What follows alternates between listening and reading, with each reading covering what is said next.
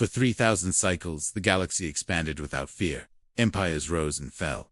Alliances shattered and reformed, and every species believed the stars were theirs to take. Everywhere, that is, except one region marked on every stellar map, in crimson glyphs, human space entry forbidden.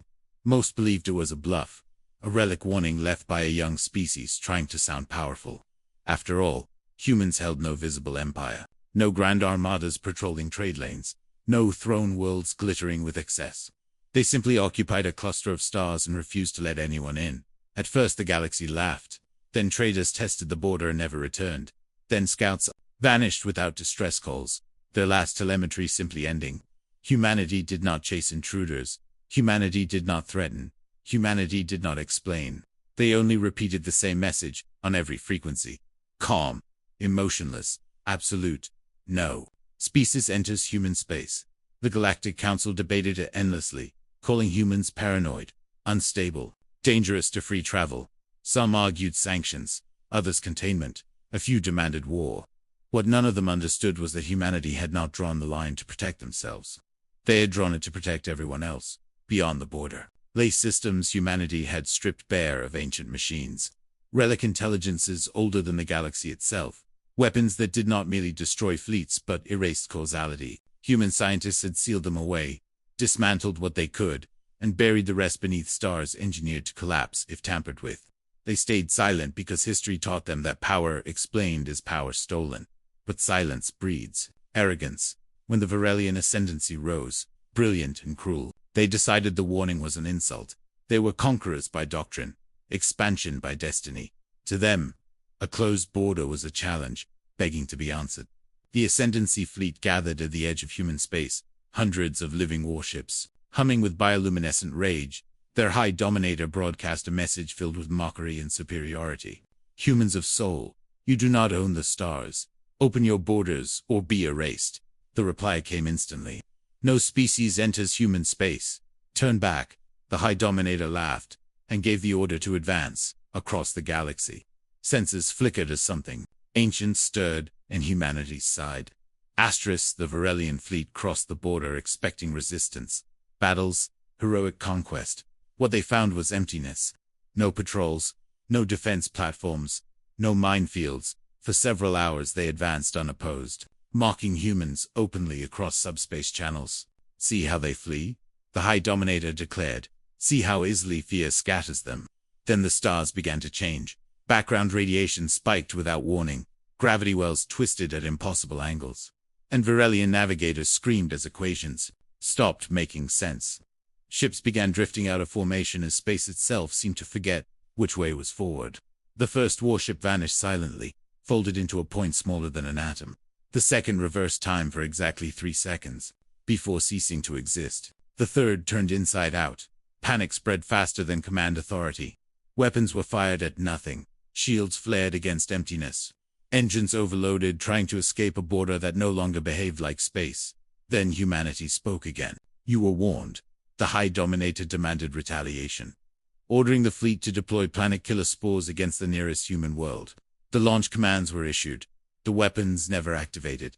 Every Varelian system went dark simultaneously. Not destroyed, not disabled, simply paused. As if reality itself had placed them on hold. Human ships finally appeared, not in vast numbers, but in precise locations. Sleek constructs of black and silver, emerging from folded dimensions like thoughts becoming solid. They did not fire. They did not threaten. They transmitted data. Every crime the Varelians had committed. Every genocide. Every broken treaty. Every erased culture. Displayed in perfect, undeniable clarity. Then came the final message. Leave now. Or learn why the galaxy still exists. The High Dominator tried to speak, tried to order, tried to beg. Time resumed. And the fleet fled, tearing itself apart in its haste to escape. Only a third made it back across the border. None of them were the same. News spread faster than fear. The Varelian ascendancy, undefeated for millennia, had been humiliated without a battle.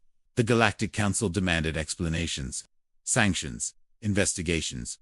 Humanity declined all summons. Instead, they released a single archive into the Galactic Datanet. It contained no propaganda, no threats, only history. It showed what humans had found when they first reached the stars. remnants of a civilization that believed domination was evolution. Machines that converted stars into weapons, entities that consumed timelines to grow stronger. Humanity had fought them, not with fleets, but with sacrifice, sealing horrors behind mathematical locks and self-destructing stars. They had learned the cost of arrogance the hard way.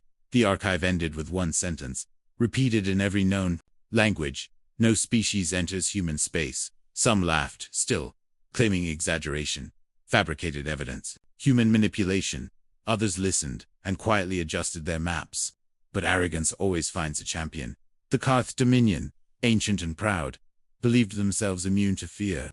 They did not invade, they infiltrated, sending a single envoy, vessel masked as a diplomatic mission. They would prove humans were liars. The envoy crossed the border and vanished.